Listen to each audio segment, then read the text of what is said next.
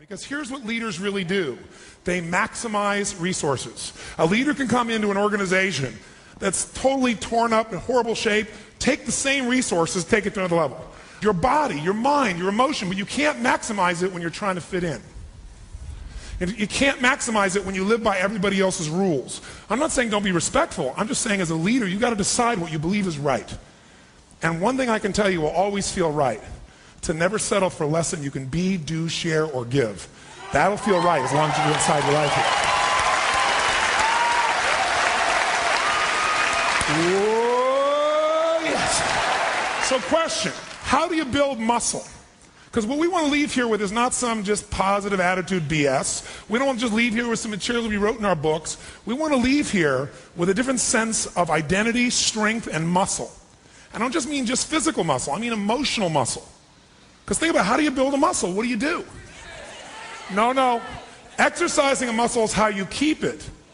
If you don't use it, you lose it. Faith unused, faith unemployed does not grow. It diminishes, true? Courage that's inside of you, that after a while you don't use your courage, you don't make yourself do it.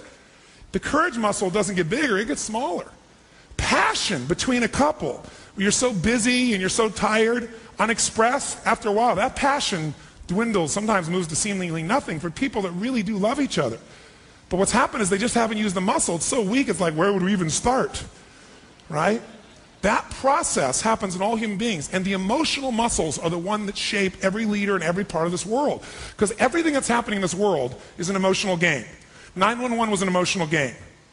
12 guys took down a $5 trillion economy for a few days, shut down the air transport system, and put the word terrorism, fear, and uncertainty into 255 million Americans. I don't support it, but one thing drove it: emotion. It wasn't intellect. They used their intellect to its maximum capacity for bad, for destruction, from our perception. Certainly mine, you'd probably agree with me. But on the other hand, there are a group of people that are on a plane who use that same emotion to get themselves from a place of total fear to saying the phrase, let's roll. And those people, Todd Beamer, those people there,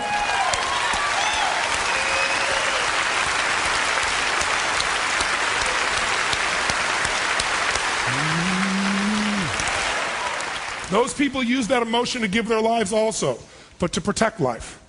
Protect what probably would hit the White House. To change that piece. Those people put their lives on the line because they activated the emotion. They didn't sit there emotionally unfit, hanging out in their chairs hoping or worrying or fearing just for themselves. They figured out there's something we got to do, and we're going to do it now. Muscle, emotional muscle, that's what will change your life. 80% of success in life, 80% of achievement in business, 80% of almost anything that matters in your life is psychology, and 20% is mechanics. How to get fit physically is not that complex. There are a million classes, courses, programs, elements, internet elements. There's a gym on every corner. There's a trainer anywhere nearby. How to do it, the mechanics is not that complex. So how come the vast majority of people on this planet, I should say, vast majority of Americans, not the planet, because most people don't have enough money to be like people here, we're the most obese nation in the history of the world. We're physically fat because we're emotionally fat. Because what it takes is will. People tell me all the time, diet and exercise, you have a great life. That's a two-legged stool. It won't stand. You need the third element. The third leg is emotional fitness, psychological strength, the capacity to drive yourself to do what doesn't feel good initially but feels incredible long-term. That's what we're going to do here. The bottom line is, if leaders get results, and most people don't get results, most people tell us a story, don't they? If you don't get the result, if people don't achieve their goal, they don't get the result, why don't they achieve it? What do most people tell us? What have we even said at times, if we're honest? You didn't achieve the goal, you didn't achieve your dream, you didn't achieve this thing. We as a company didn't do it because what? What's the reason people give? Tell me. We don't have we didn't have the money. What else? Tell me. Oh, we didn't have the time. I didn't have enough time to achieve it.